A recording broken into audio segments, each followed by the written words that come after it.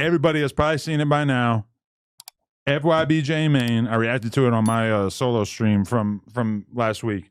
FYBJ Main attempted to go. Oh yeah, we don't say FYB anymore. It's just J Main. J Main went to O Block, starts having relatively peaceful conversations with people like Mana Aiki, etc. Then from out the woodwork comes Edogg. Edogg hits him with his complaints, lets him know you still have videos up where you're dissing our dead homies. You never formally apologize, which he takes issue with and basically says, yes, I did formally apologize for that, etc. And I wouldn't say J-Man gets chased out of O-Block, but he feels the vibe right away. Comfortable. And the exit is like 15 feet away. So he says, all right, boom, I'm out of here. Walks his ass out of there. I think he had a big guy with a gun. Yeah. So it's not like he had that much to worry about, realistically. If anybody tried to shoot, if somebody tried to shoot him, somebody was going to get shot. So it was not an ideal situation for anything like that to happen. But and he like, why you come to the hood with a security guard pushing peace? That's what he said? Yeah. I disagree with that logic. No, because you would be a goddamn idiot to go there without a shooter. Correct. In the streets, if one nigga pulled up to that Peace Treaty we had in LA with a security guard, nigga, he would have been off the list. Really? We not doing that. Listen, if we know we meeting up for peace, like Edogg said on DJU. Did you see his DJU? I didn't see that yet. Okay, so what he did was said like, hey, if you would have got with the people you was beefing with instead of going to get little bro, Money Ike, whatever his name is, Money Ike, whatever his name is. But he like, if you would have came to the people that you was actually getting into it with and we was going back and forth with and built that bridge, because we all pushing peace to it, you come through us, it's like you went around it because you was trying to make content out of it instead of face what you really got to face over this shit. And he like, nigga, we could have brought you up through there.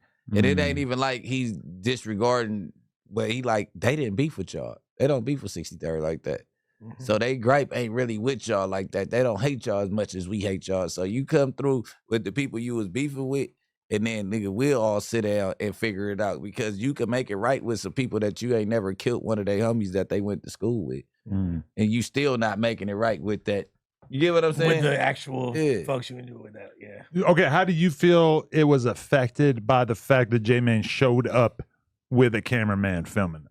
Because I feel like that's probably part of why somebody like Edogg didn't really fully respect it as well. Because it's like, not everything needs to be content. Realistically, if me and you had some crazy beef for a little while, and then we talk about it off camera, it's going to be so different than if we talk about it on camera. Yeah. And therefore, I feel like... Because you could go into detail about what happened. Nah, bro, whoopty-whoop, da-da-da-da. It's easy for me to say I'm sorry when we're not on camera.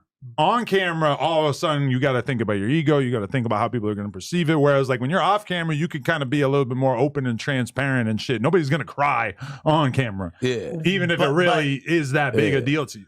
But to play devil's advocate, like, you know what I mean? Like, this some devil shit? Nah, I'm out of here.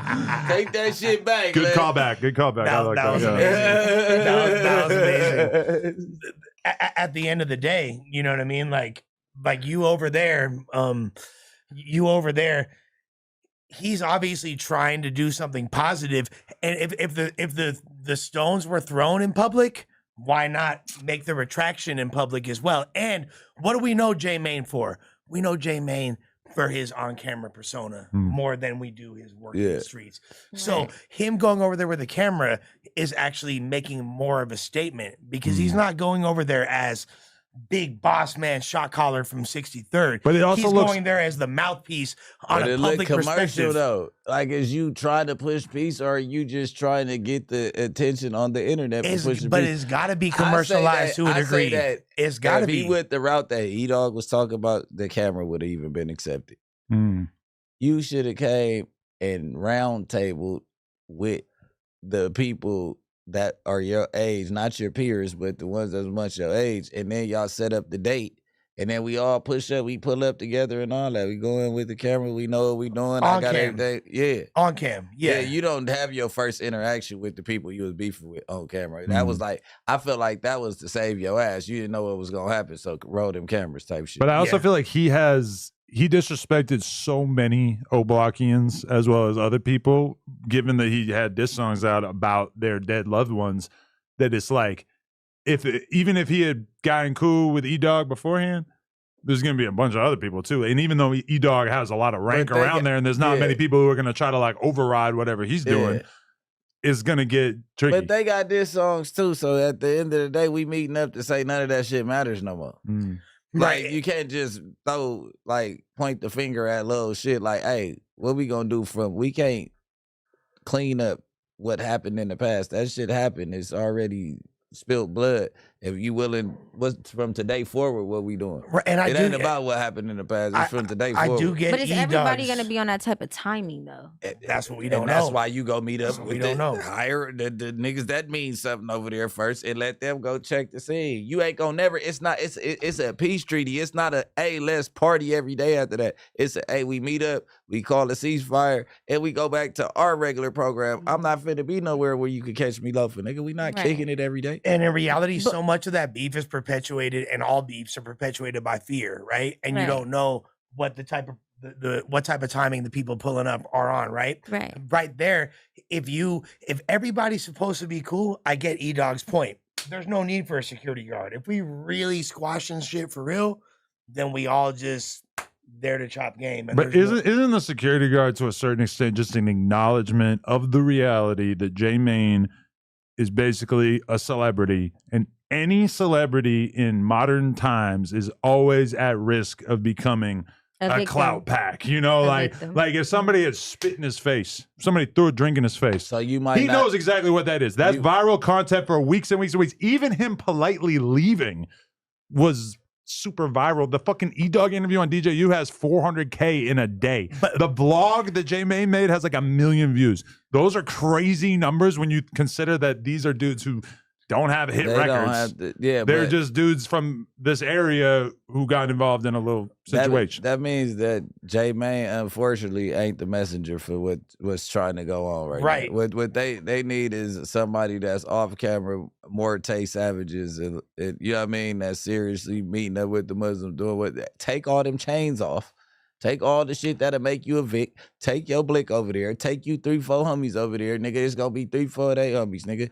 We can meet up somewhere neutral first till we figure it out. Then we'll push over there. But a security guard is just a homie with a gun. No, but Adam, I feel like you're not always. You don't go by yourself. They wasn't by themselves. It was 4-5 of them niggas in the old block. Nigga, I'm coming with my homeboys. He was with a bunch of fucking Muslim dudes, and Sadiq was there. Except a bunch of people are respected enough that we was shooting with. Hey. You know him, he shot your partner, nigga. I shot your partner. Like, nigga, we here. Yeah, I feel like, Adam, you're like equating this to yourself and you being a media figure and what it would be like for you in this situation, which is a little bit different for him because he's directly involved in the conflict. Yeah, you know we was blowing at each other. We could figure this out without everybody else around. Just, you know what I mean? You bring your little silent few, I bring a silent few. It's only going to be the level here.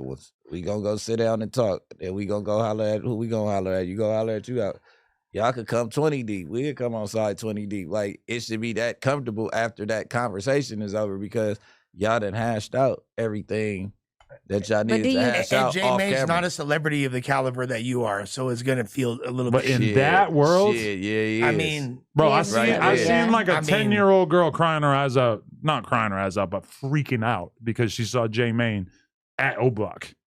So she's in O-Block. She probably sees all kinds of celebrity fucking rapper type dudes all the time. J Mane, I question the parenting of that young girl. She's just outside. There's like schools getting out at that moment.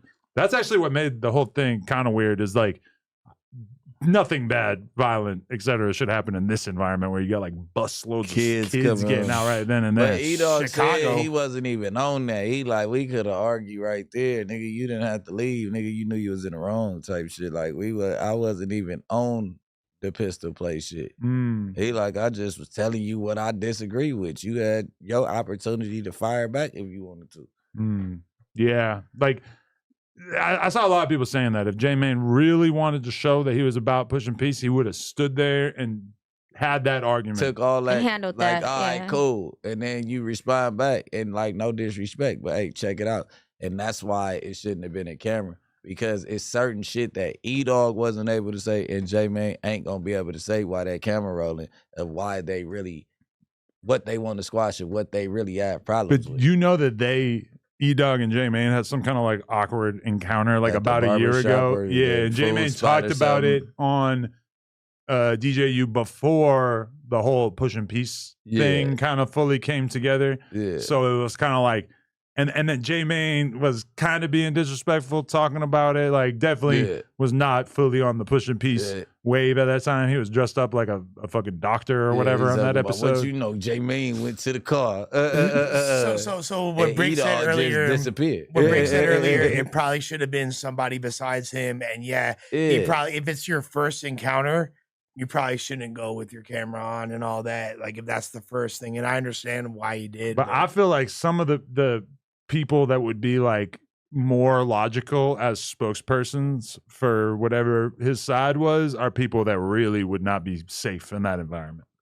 I agree. Then it's not safe to do a peace treaty yet. It's not like J-Man's homies are all on the Push and Peace shit. Yeah, that's what I was he's kind of on his own. That's what I was gonna say. So is 63rd and O Block ever gonna be on like a peace treaty type of bandwagon, like to where they can come together? Chicago. Well, I mean, I mean, just being.